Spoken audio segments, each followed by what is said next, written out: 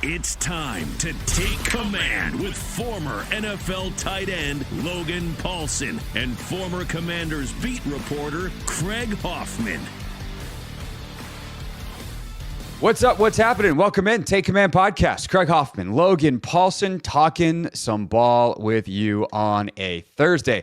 And Logan, we didn't even talk about this in the pre-show meeting, but we have exciting news to tell people about next Thursday's podcast. What is the exciting news, Craig? Well, you actually do know it. I just remember. Yeah, I do know. I just remember right now that we should tell the people, and that, you know, sometimes we save these things for the end, but this one's big enough that we're going to say at the beginning too. Yeah. Next Thursday, our pal Mina Kimes is going to join us from ESPN. Yeah.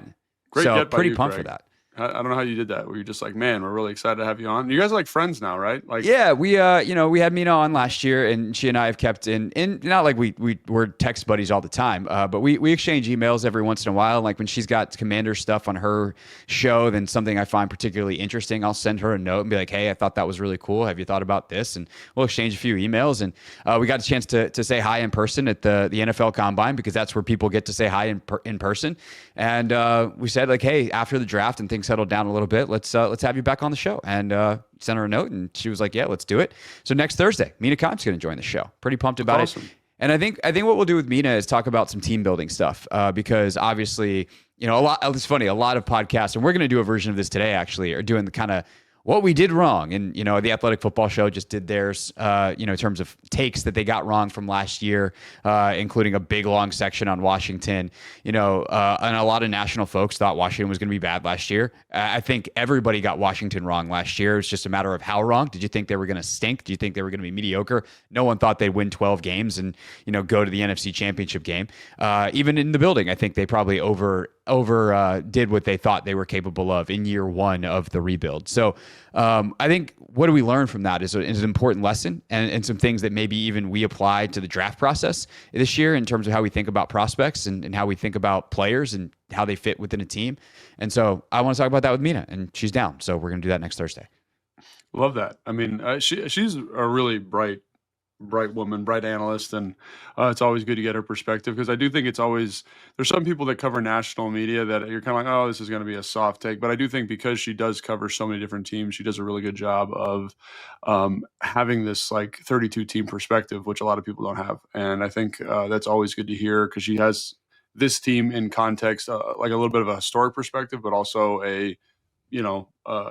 how the league looks as it currently exists. So I think that'll be cool to talk to her for sure. Yeah, I think that's the rip, right? Is like, how often do we hear people talk about the Commanders nationally, and we just literally go, like, you don't know what you're talking about. Like, You're not in the weeds enough. But I think sometimes we can reverse that. We get so into the trees that we lose sight of the forest. And I think Mina does a really good job of being in the trees enough on all 32. That she like genuinely knows it. It's, Robert Mays, we have him on because I think he does the same thing. There's definitely a small group of national analysts that I think really, really get it and study it at such a high level that they can be forest and trees, and Mina's definitely one of those people.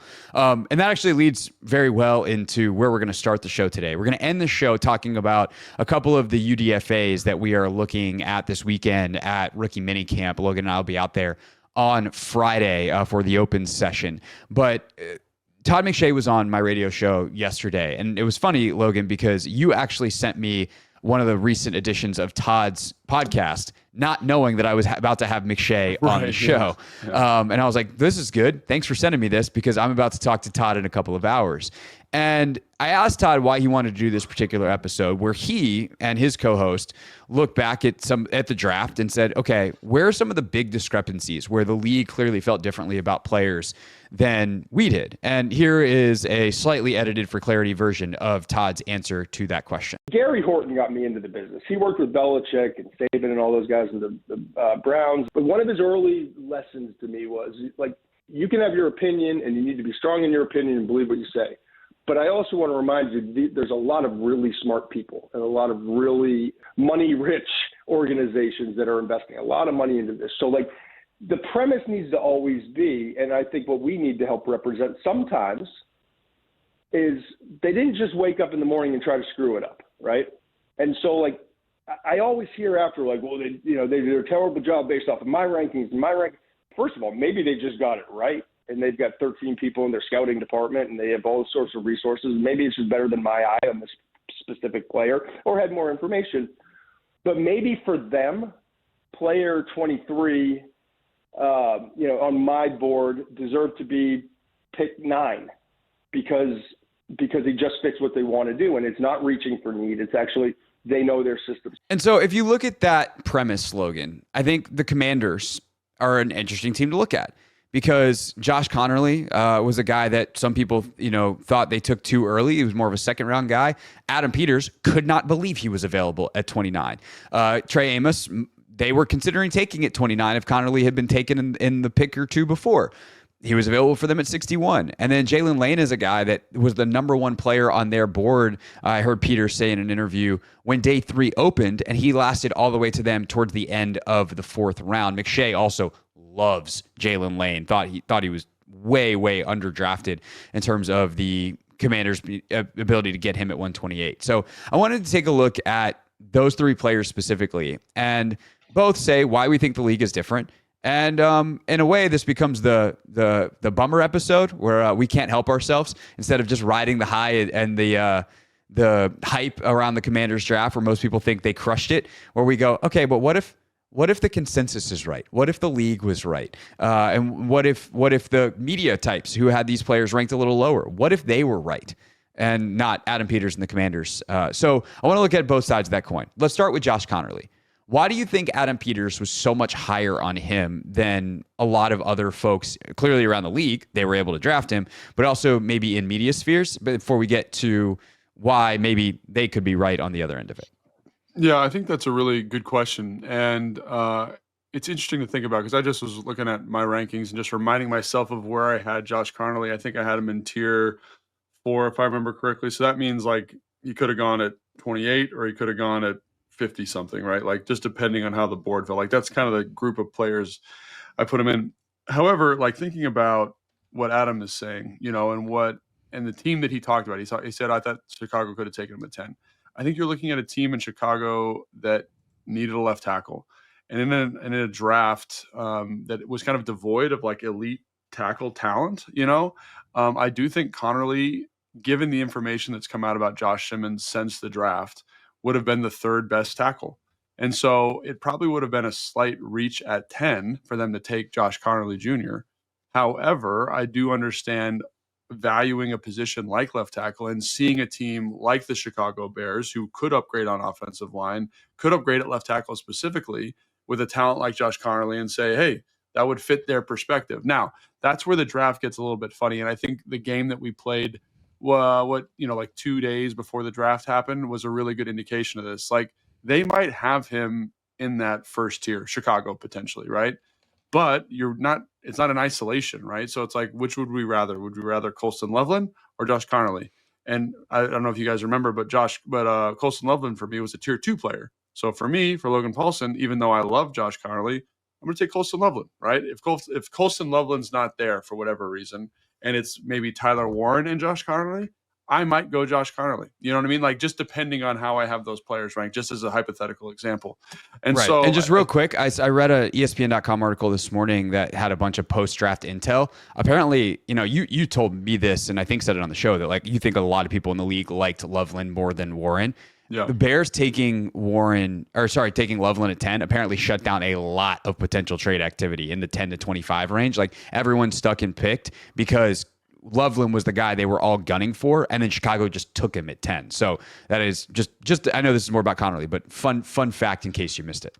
Yeah, so I do think like when you compare those two players, it makes sense why Chicago went that direction. But in an offensive line draft where it went Will Campbell, Armand Membu, and then it's like Josh Simmons or Josh Conerly, like I think Josh Simmons has more athletic upside, but it comes out kind of after, maybe right before that, the knee injury is not exactly where they want it to be. He's got some off the field maturity things and he's 21 years old. So everyone's got their level of maturity, but some teams weren't comfortable with it.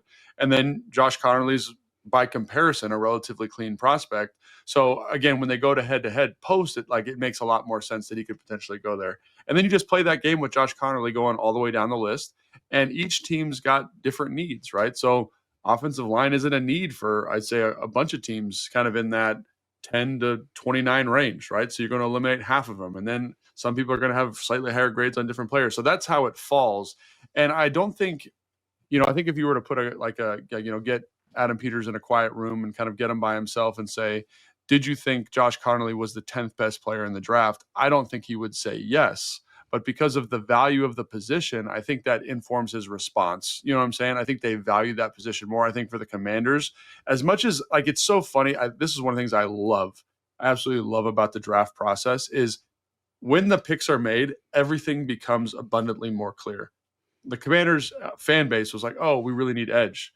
The Commanders front office thought we needed offensive line. So they're going to value those positions more just objectively, right? Like think about the guys they brought in for visits, right? They brought in Charles Grant. They brought in Anthony Belton. They brought in a bunch of offensive linemen kind of in the different tiers where they were picking, right? And so I think that shows you like that was a priority for them big time. And so when you say Josh Conerly at 29, like did he fall? I don't know if he fell because the value of the position is going to be inflated. It's in the same way you get a quarterbacks going higher than they should. Offensive linemen tend to do that as well. And I think that might be what Adam's referring to there. Yeah, I think the other thing about the offensive line in this draft that was different, weird, insert your adjective here.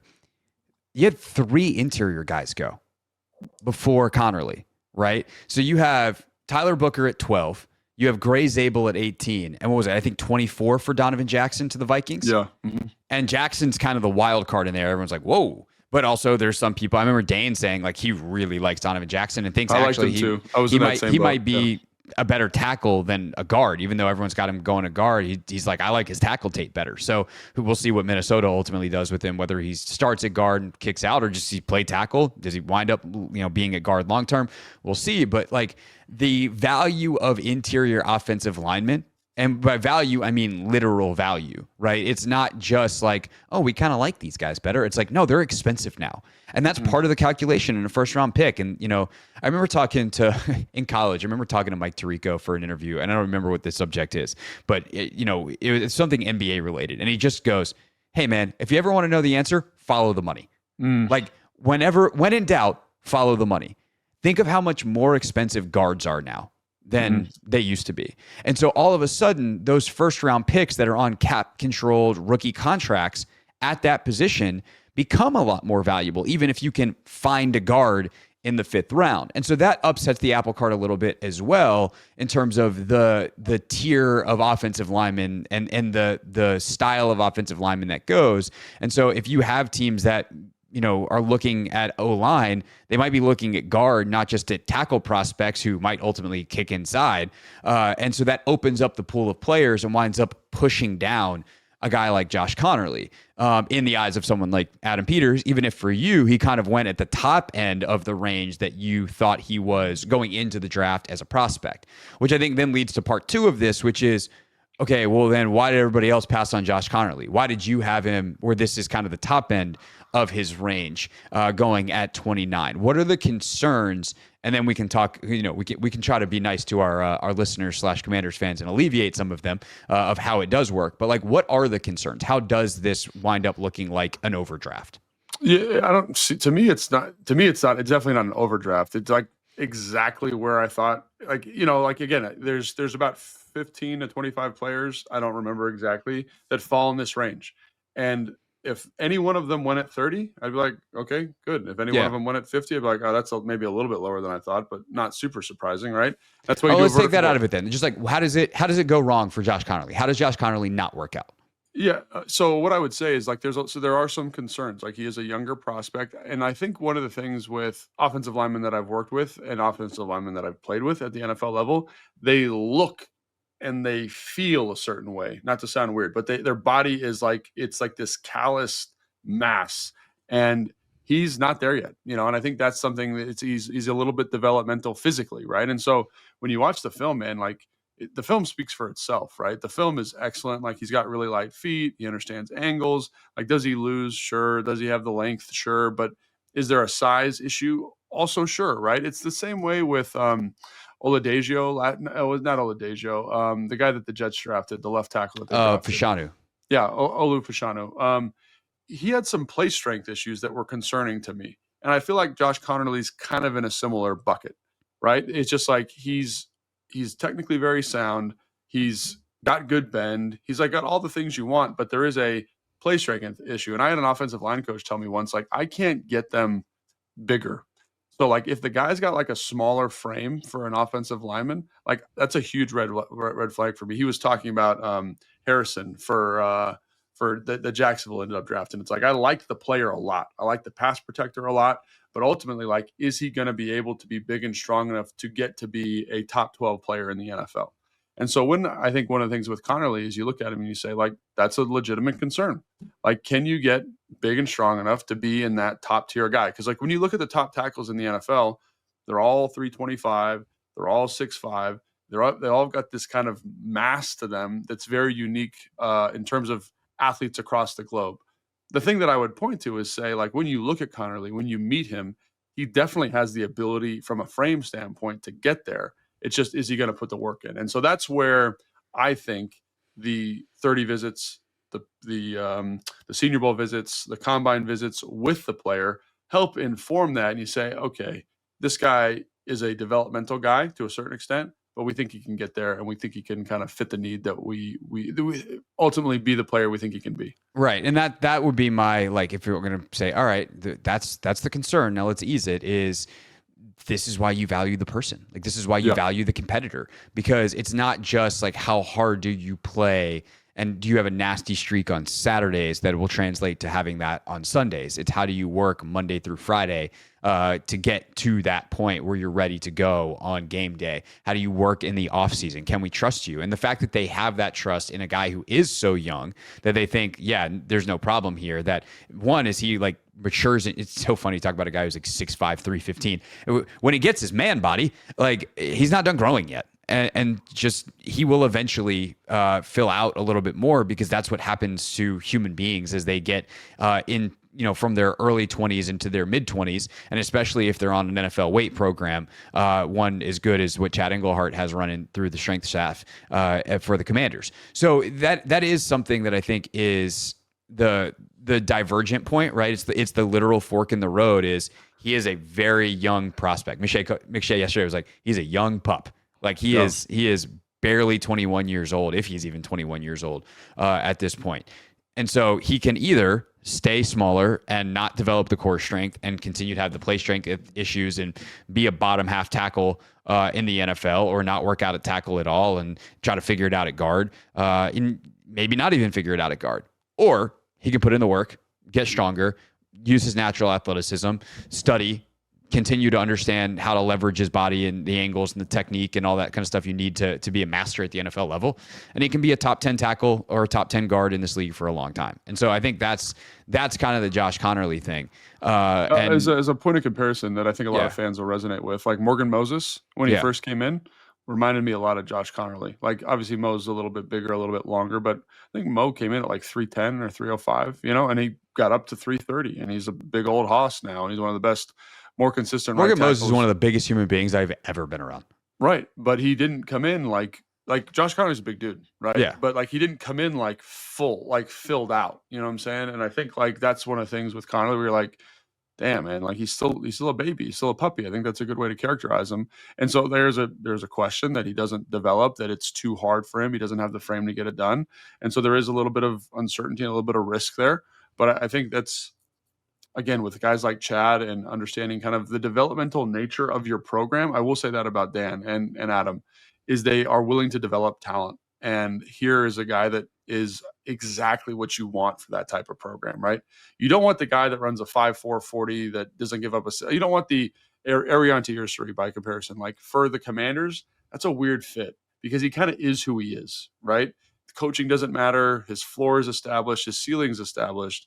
Conerly, relatively high floor, but sky high ceiling if it hits, right? And I think about Brandon Coleman, and it's the same thing. Floor relatively established, good dude, consistent worker. Like, he'll be a solid pro, but he could be something more because of the athletic profile. And I think that's where, if you look at the drafts over the last two drafts for Adam, he does a really good job of walking that tightrope and valuing the high floor with the athletic upside.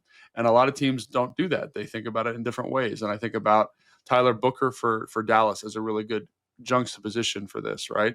Tyler Booker, you know exactly who he is. Like, there's very little development. You know exactly what the player is. Like, he is what he is. People value that. for me, I like the Josh Conerly upside play a little bit. I think there's more value there long term, and you got to invest in it. And if you're not willing to invest in it, it never grows, it never comes to fruition. But I think this staff and this organization understands that, and that's why they can accommodate a player that I don't want to say is risky, because he's not risky, but to be the best version of himself, he needs to do some growing.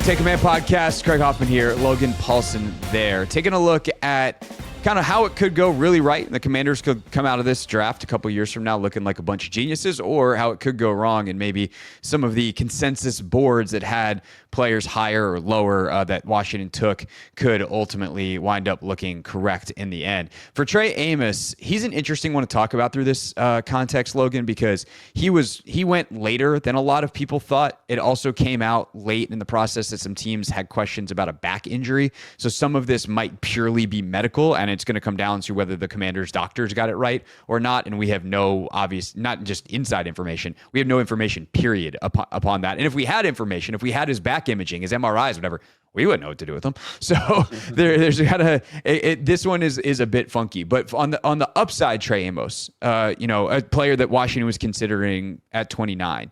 Why does it work so well if it works? And then what are the pitfalls that ultimately could derail him working out at the most volatile position in the NFL? Yeah, this is one I'm actually kind of mad at myself for, because I did have Siobhan Ravel ahead of him, like one or two spots, maybe one or two positions, in terms of defensive backs. I think, Siobhan Ravel, and then it was Trey Amos. And I think the thing that I got infatuated with, and I hate this when I do this to myself, I hate it, is when I get infatuated with traits. I really got infatuated with Siobhan Ravel's, length, his size, his competitiveness, the way he tackled. Like, I got infatuated with this. And I think there is an element of projection there about what he can be coming off the knee injury, right? Trey Amos, I think the floor of him is way higher than Siobhan Ravel. Like, the bust rate for Siobhan Ravel is way higher than Trey Amos. And I think the ceilings are relatively comparable. You know what I'm saying? And that's something that I do that every year with one or two guys where I'm like, I love this about you, right? DeJuan Jones a couple of years ago, the tackle from Ohio State, I love the length, I love the size, love the movement skills, but he's got weight issues, he's got a knee issue, and I would just for whatever reason, just push that aside and focus on the other stuff. And I do, and I can't help myself. And I think when I look at Trey Amos, he is almost the exact same kind of evaluation as Josh Conerly. Like, he's played in multiple systems, he's faced adversity, he does the DB stuff really, really well. He's a high floor. He's an NFL ready player, but he also has this ceiling because of the physical measurables and traits. And so again, they're very similar players, right? And the reason I'd say Amos is like Josh Conerly is there are some issues. Like, there's some technical footwork stuff, like he slips out of breaks, or he's a little bit lackluster getting up to tackle, but he can tackle. He plays the ball exceptionally well, like maybe the best in the class, for a pure outside guy. You could argue, Jahade Barron or one of these other guys, but he plays the ball almost like a receiver. So those things, again, I kind of ignored them. I was like, oh, look at this nice shiny thing over here. And so that's where I'd say Amos is he's very similar to Conerly in that he's high floor. There's a high ceiling there because of the ball skills, because of the competitor. But in terms of why he might not work, some of the footwork stuff, some of the urgency. But again, I think the staff, they know they can handle that if the guy's wired the right way. And I think he is based on all accounts.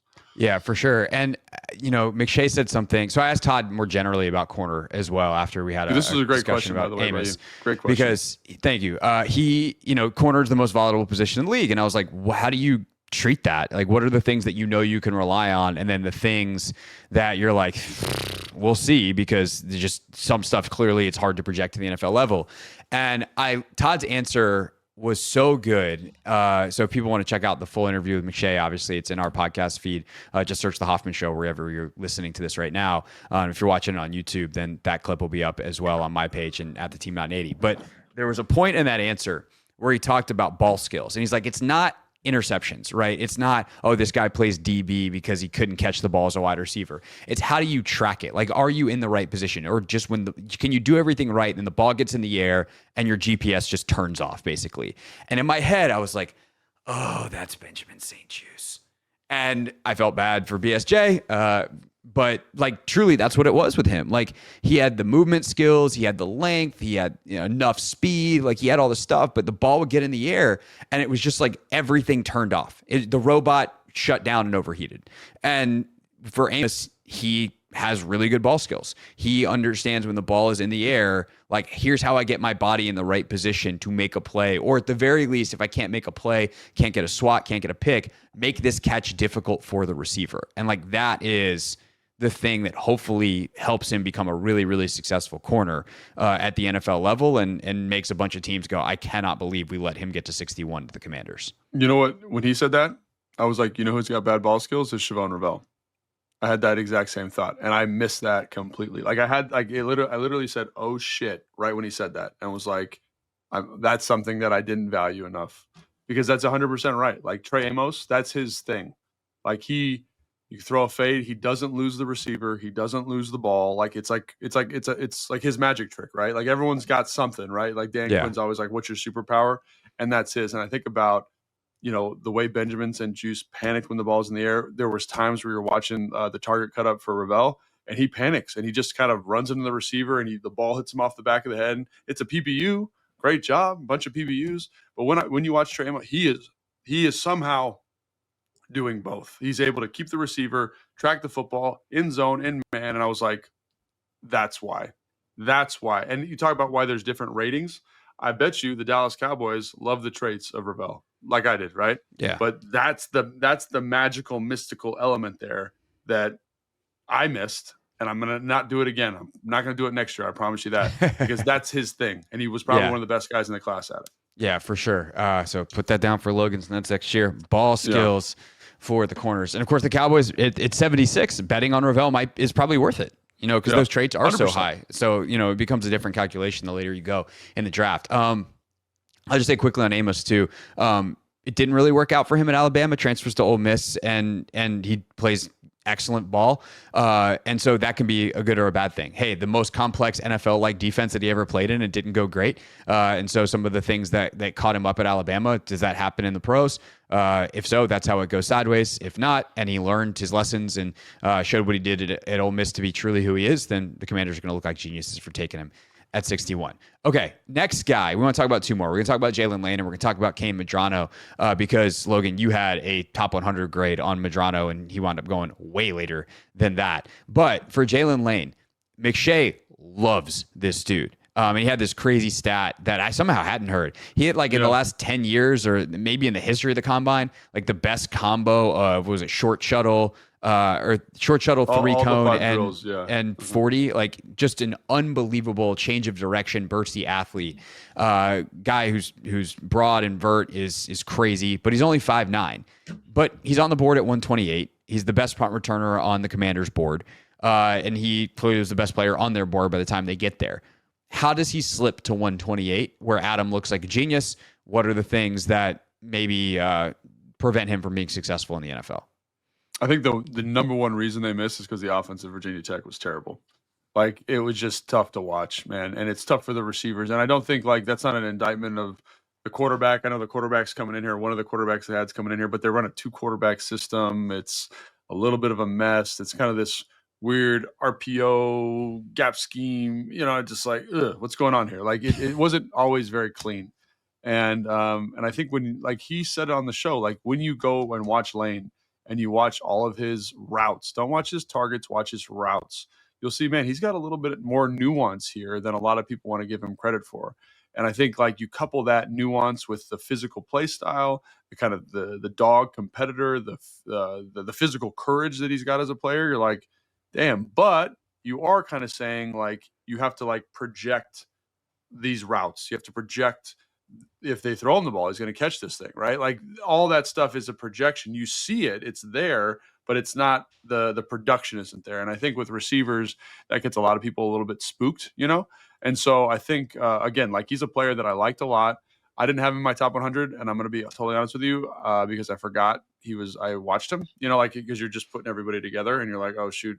I don't know if he would have been in my top 100, if I'm being totally honest. I think I probably would have been like in the top 150 for sure. So kind of right where he ended up going.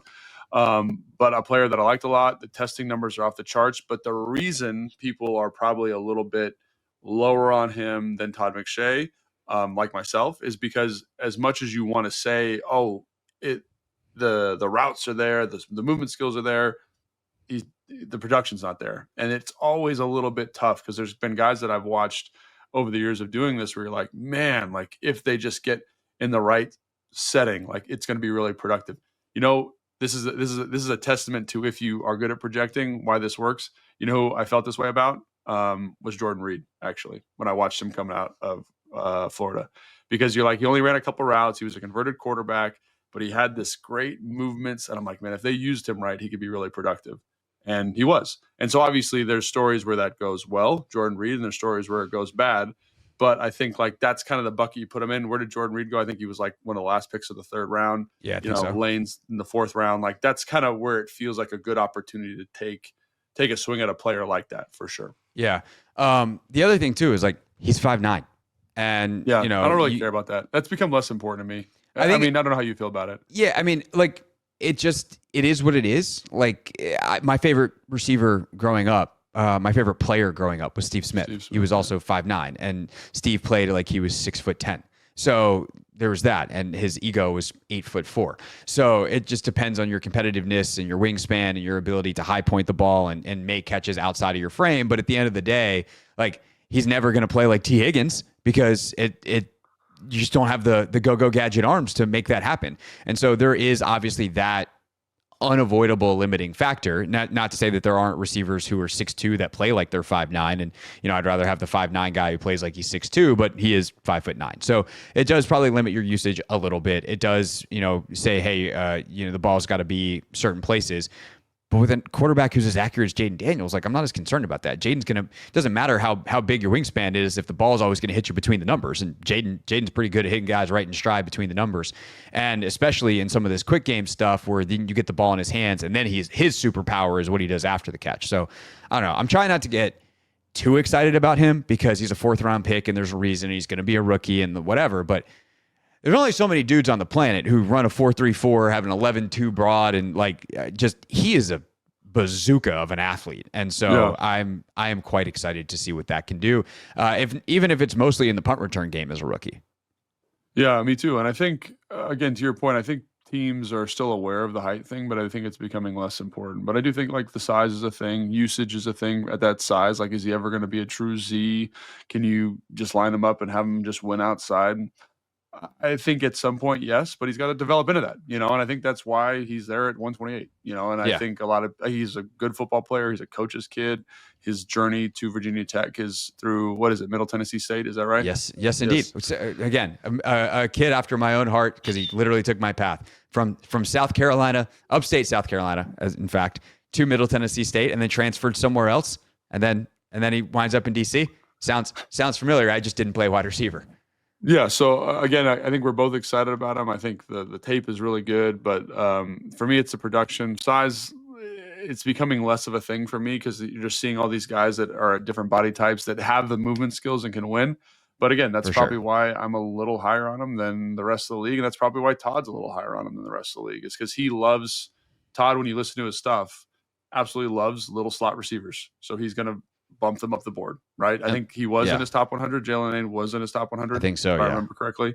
So that's where he would go. Again, I'm not quite that bullish on it, but I like the player a lot. And I think the league likes the player. It's just determining that exact value because the projection, the size, I think is a great point too. Yeah, so. And as the game becomes more of a space game, guys who excel in space become more valuable. And he's certainly, as the punt returner type, that kind of guy. All right, last guy that we're going to talk about through this lens is Kain Medrano, who's, of course, there, with all due respect to Bill, who, by the way, not Bill Krosky Merritt, is just full name Bill, is what he prefers. Yeah, Russell had him on the show yesterday, and he just, Bill. So Ja'Cory Krosky Merritt, he would prefer to be called Bill. So all due respect to Bill, who we think can be we've talked about him, really good runner, etc. The last guy we're going to talk about in terms of the discrepancy between what Logan thought, maybe what Adam thought, and what the league consensus thought is Kain Medrano. You had a really high grade on him. Adam clearly liked him a lot. The league let him fall to Adam here in the 5th round or 6th round, whatever it was. So what's the disconnect there? And I feel like this one we've talked about a little bit, but just to recap for those that haven't heard, what's the disconnect here? What's special? What's lacking? Yeah, so for me, I think the thing is, like, when I watch linebackers, like, I think about Zach Bond, I think about Fred Warner, I think about Luke Kuechly, I think about, insert your premium off-ball linebacker here. Like, what do they look like? What do they move like?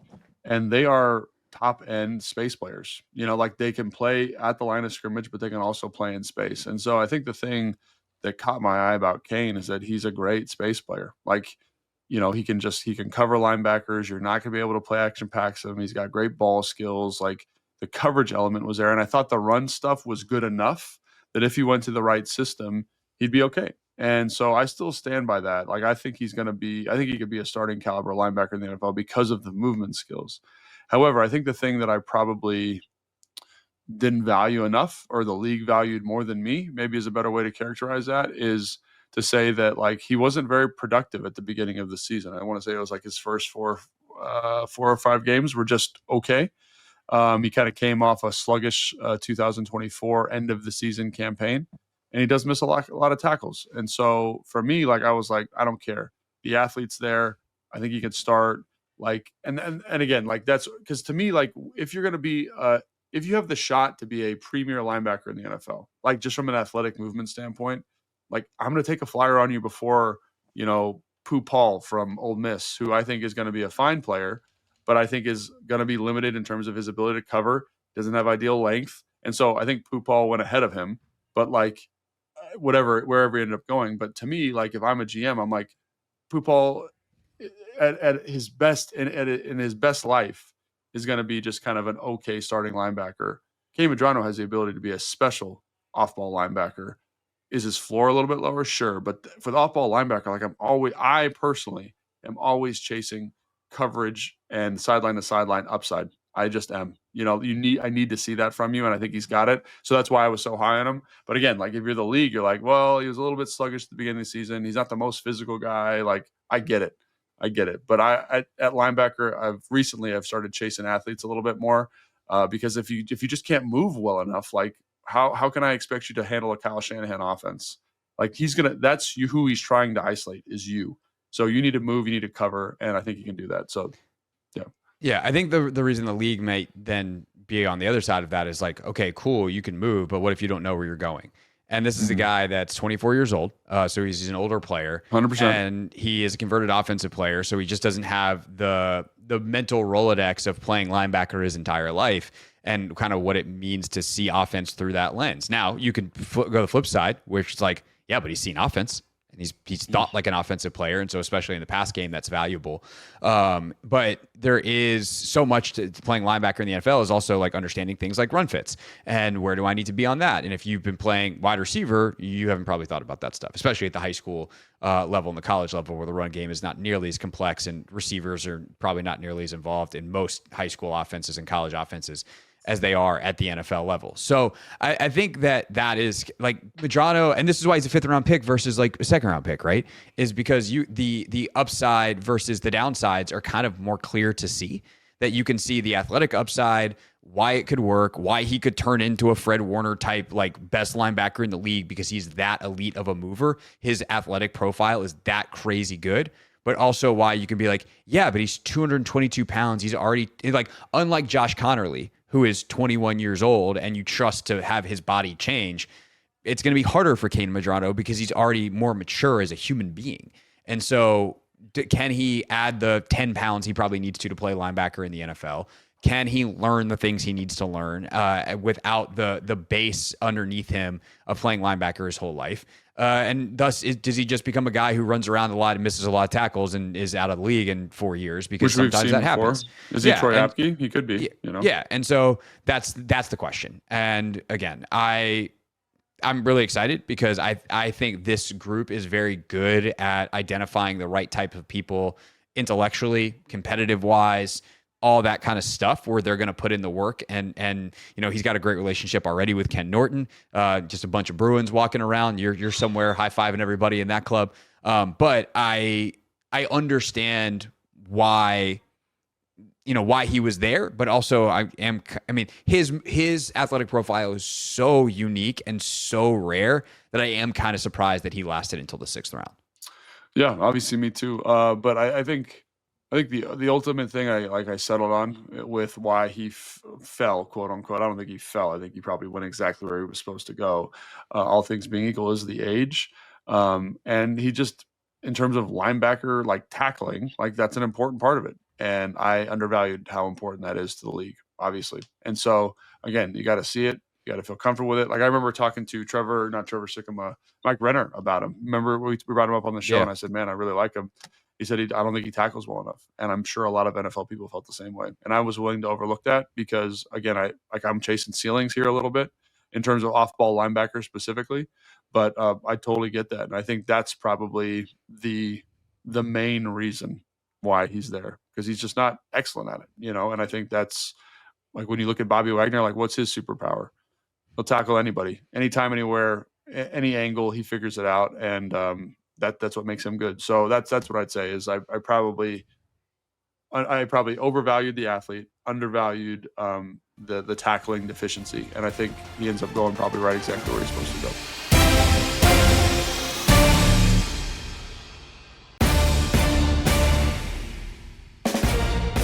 Take Command Podcast, Logan Paulson there, Craig Hoffman here as we record on Thursday, May 8th. Tomorrow is Friday, May 9th. And that day is Rookie Minicamp, Logan Paulson. So we will be out in Ashburn. We will review that next week. We might mix up the schedule a little bit. Of course, still taking your mailbag questions, but we'll do a Rookie Minicamp review early next week as well. And then, of course, Mina Kimes going to join us on Thursday. But going into this, obviously, we've talked plenty about the draftees, including on today's show, Logan. But there's also some UDFAs that we want to highlight. So we picked 3 off of the list. And then, of course, it's worth reminding there are priority undrafted free agents, guys that we think really have a chance to make the team, and that guys that will be signed or already have been signed in some cases to the 90-man roster. And then there are also a bunch of other invites. And occasionally, one of those guys earns a training camp, what's essentially a training camp invite. He'll make the 90-man. Probably doesn't have a chance of making the team, but can he make the practice squad and next year make the team? So there's all different levels just because a guy's at rookie minicamp. Sometimes, honestly, you're doing a favor to an agent type of deal. So there's all kinds of politicking that happens with these things. And you also have to fill out enough of a roster at a rookie minicamp to actually be able to have a practice. But we've picked 3 guys that we think are worth paying attention to that will probably be around for the remainder of the spring and into the fall at the very least. And then we'll see if they wind up making the team come September. First guy, Logan, that you've highlighted is Robert McDaniel, a safety from Jackson State. What you like about him? So I like a lot about him. I mean, he's playing at Jackson State, so it's borderline in terms of level of competition. It's borderline, but he came in as a corner and then he moved to safety. And then in that defense, the safety kind of plays overhang. So he's covering the slot, or he's also on the line of scrimmage, kind of like Jeremy Chin was last year, kind of in your odd front.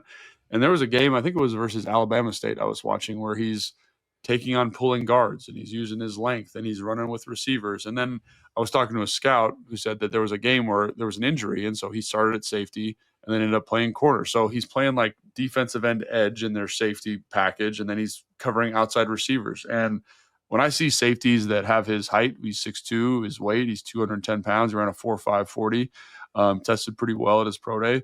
Like I see that and I'm like, that's a guy that I want to take a shot on. And when you look at the body types of the guys they brought in to play linebacker safety, Kain, 6'3", 225, Dominique Hampton, 6'3.5". We'll see what he weighs after his linebacker conversion redshirt year, where he was told to eat a lot of protein and lift a lot of weights. Yeah, like Jeremy McGee, same type of deal, right? McGee, 6'3". Yeah, sure, yeah. Jeremy McGee's the guy I played with in college. Jordan McGee. Shout out to him.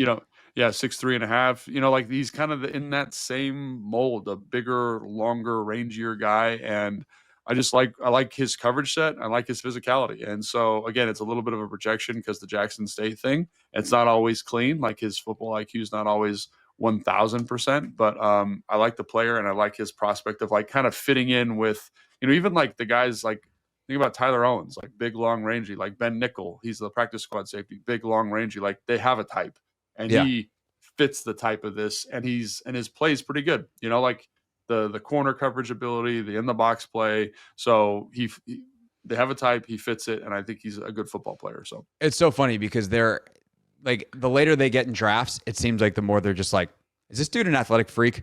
Can we figure it out? Like, Bill's a little bit different. He's like he just is an instinctual runner, and you just watch him. He's a lot of fun, and he doesn't necessarily have huge testing numbers in the way that like Medrano does, obviously. Yeah. But yeah, I mean, McDaniel, nearly an 11-foot broad jump. Like he's kind of a freaky athlete. And you'd say the same thing about Carlin Vickers, the next guy you want to talk about, the corner out of Louisiana Monroe, 6'1", 205. Again, a 10-foot, 10-inch broad jump, 38-inch vert, ran a 4.52. Like kind of a freaky athlete. 32 and almost 33-inch arms for a guy who's 6'1" at the cornerback position. So, what do you like about Carlin Vickers? Yeah, so I only watched one game for him. It was the Texas game. So he's going up against Isaiah Bond and Matthew Golden and all these guys, and he looked excellent. He looked like a guy who should have been drafted. And again, I didn't watch all his games, but when you leave that game, you're kind of like, man, this guy's pretty good. Like they played a little bit of cover 3, did a great job staying over top, kind of keeping everything in front of him, running with Isaiah Bond, running with Matthew Golden. He had some man-to-man downs where he's up pressing guys, keeping good leverage. He seems to track the football pretty well. I think the one thing that jumped out to me is he's not a killer when it comes to tackling. And I don't need my corners to be absolute murderers, but I need them to be okay and like willing to do it. He seemed like he was a little bit disinterested in it. So that'll be interesting to see when he gets to camp. And again, like I watched one game, so maybe he's, like Dick Butkus in the other games, who knows? But he struck me as a guy who kind of, if they were still playing a heavy cover 3 team, I'd be like, man, he's going to make the team for sure. So it'll be interesting to see him because, again, his zone, his feel and zone, I thought was really good. I thought he did a great job in man-to-man coverage too, but I want to see him do that more versus NFL top-flight receivers. But the Texas game was excellent. And again, I came out of that game being like, why didn't this dude get drafted? Again, one game does not tell a complete story, but liked him a lot, liked what he brings from a measurement athlete kind of standpoint. And the film was good, the game that I watched. So again, that's why he's on the list of kind of guys to keep an eye on. I think both these guys got a shot. Obviously they're running in the outside lane. It's going to be tough for them, but I think they both got a shot to make the team. Yeah, and those are the kind of guys too that can they make the team as special teamers. Yeah, and, I think that's exactly right. Tyler Owens and some of the other guys that made it as UDFAs last year, Colson Yankoff on the offensive side, like he made it. Yeah, Colson, showed some things on offense, made a couple of plays here and there, but like, dude's a special teams demon. And considering how much they value that, that they think that is a part of the game that they can have an advantage over other teams in, that's going to matter because you just need those guys that are cheap at the end of roster that maybe have some developmental upside, but can give you something right now. And especially I think in a class draft wise. Now, again, they kept 11 last year, 2024 draft or 2024 rookies, I should say, between their 9 draftees and then Owens and Yankoff. They've only got 5 draftees this year. So it seems like there might be some UDFA spots available, but we'll see. Last guy we're going to highlight, Ja'Cory Brooks. He's a really interesting story. Wide receiver out of Louisville, and very much profile-wise, the opposite of McDaniel and Vickers. Like, this is a guy that does not test really well. In fact, his testing is kind of worrisome, which is probably why he goes undrafted. But his production is crazy. He was a 5-star recruit, went to Alabama, had an okay time at Alabama, goes to Louisville last year, and he's Tyler Shook's favorite target, has a 1,000-yard receiving season at Louisville.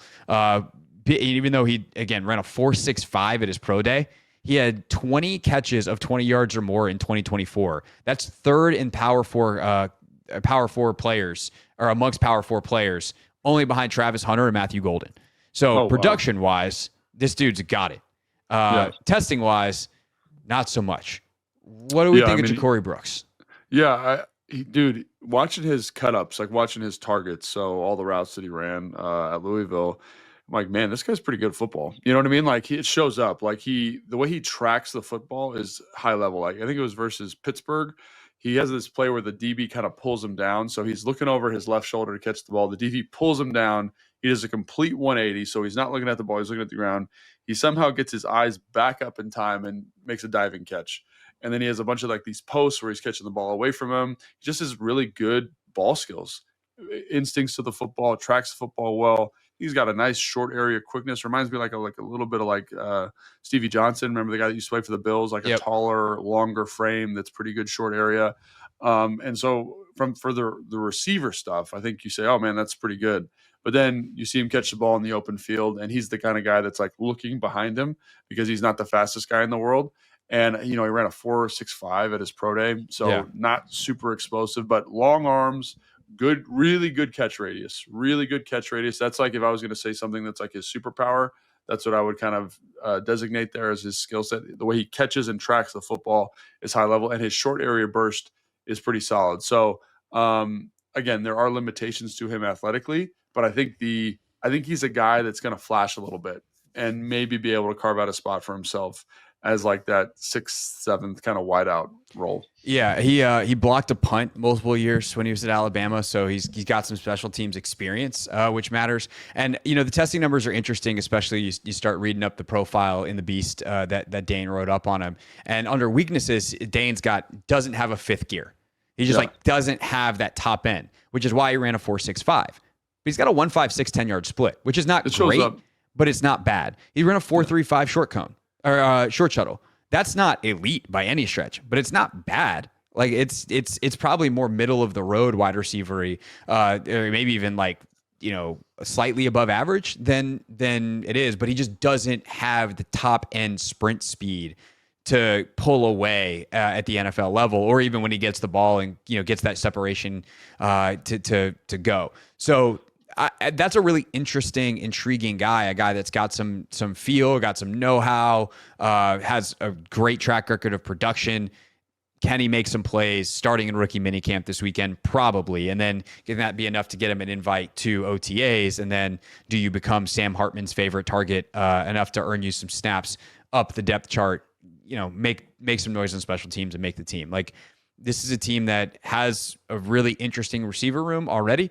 I think there's a lot of bodies in there that we feel pretty confident are going to make the team. But again, special teams is going to be the difference, and he's got an interesting track record there. He's also returned kicks in the past. Not that I think that's what they're probably looking for him to do. But if he's got at least the experience of being a part of a kick return unit, part of a punt return unit, part of punt block, all that kind of stuff. Maybe he's got done some tackling in his day at the receiver position. That's a good skill set to have as the 6th guy in a wide receiver room.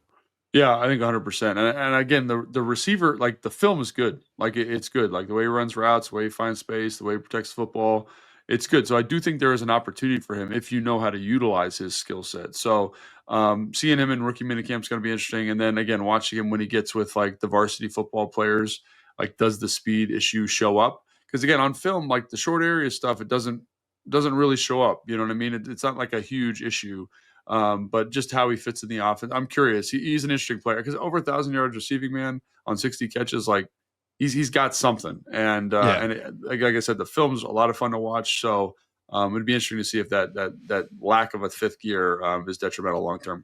Yeah, his second year at Alabama in 22, he only had 39 catches, but 8 of them went for touchdowns. Like he just has a knack for it. And he had 9 touchdowns and 61 catches with 1,000 yards last year at Louisville. So he's a guy that just figures out how to make plays down the field, at least at the college level. And again, he was a 5-star recruit. Emeka Egbuka was the only receiver that was rated higher than him coming out in their class. So definitely an interesting guy. All right. Next time, we'll talk about how they did because it will be next week and we'll have gone to rookie minicamp. Until then, get your mailbag questions in on Instagram at Hoffman.sports or at Logan_Paulson82 on Instagram. You can also use HoffmanShow.com, use the contact link, or send us an email there. So that's our show. Thanks for watching and listening. We'll see you next week for our rookie minicamp recap and some of your mailbag questions. Then on Thursday with Mina. Thanks again for watching and listening. Stay tuned.